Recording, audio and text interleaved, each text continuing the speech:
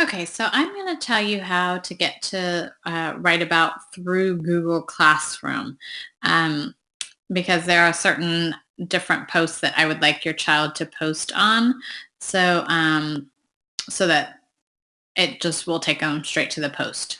So if you're on the Reagan website, reagan.leanderisd.org, you can either go to Google and input Classroom and click on Google Classroom, and your child would need to sign in. So there might be a sign in button. And then you would click on Language Arts, and then their assignments will be all down this page. But right now, what we are focusing on is WriteAbout.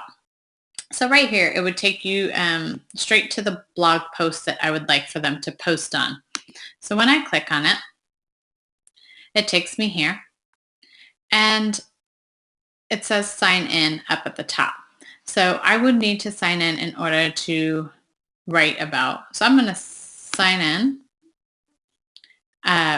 Your child would choose student. I'm going to choose teacher, but they're going to do the same thing. They're going to sign in with Google. So once you click on sign in with Google, you should get a choice if others are logged in to Google as well.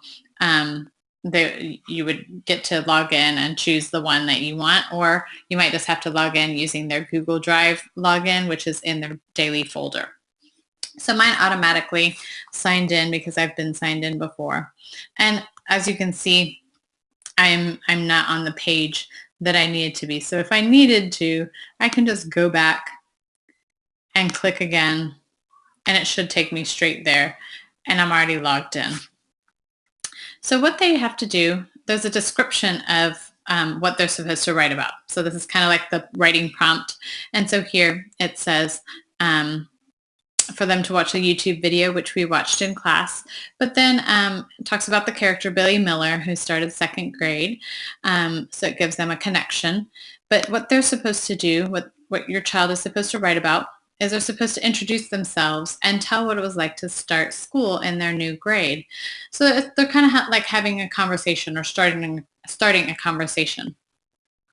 So what you do is you click Write About, or what your child does is click Write About, and it gives them this page. Now, if they forget what the prompt is, they can always see the description, and here it is. Don't worry about all the standards that are here, but that kind of gives you some standards.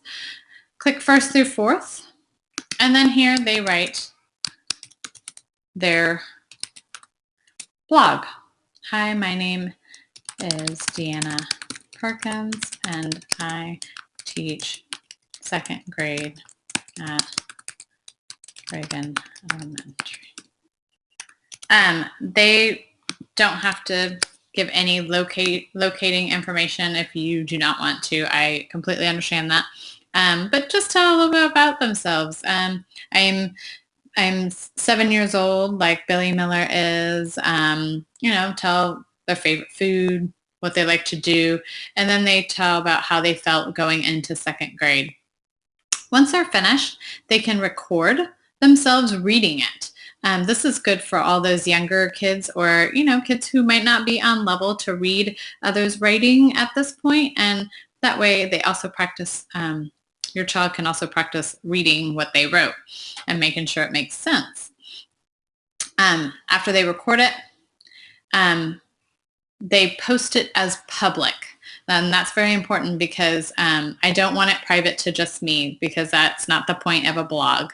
The blog is to communicate and collaborate with other classes and other students, and to comment on each other's things. So it's very important to make it public. If your child has not finished and they have to go eat or something, have them save the draft and just click Save Post, so that way they can come back and work on it later. If your child saves a post as private, I will revert it to a draft so that they can go back and change it.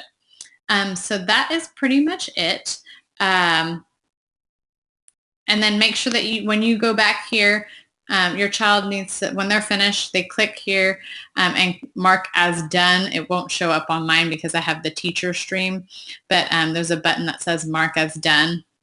And have them come back, especially if they ask questions on the comments, have them come back and check and make sure to see if I've answered any questions.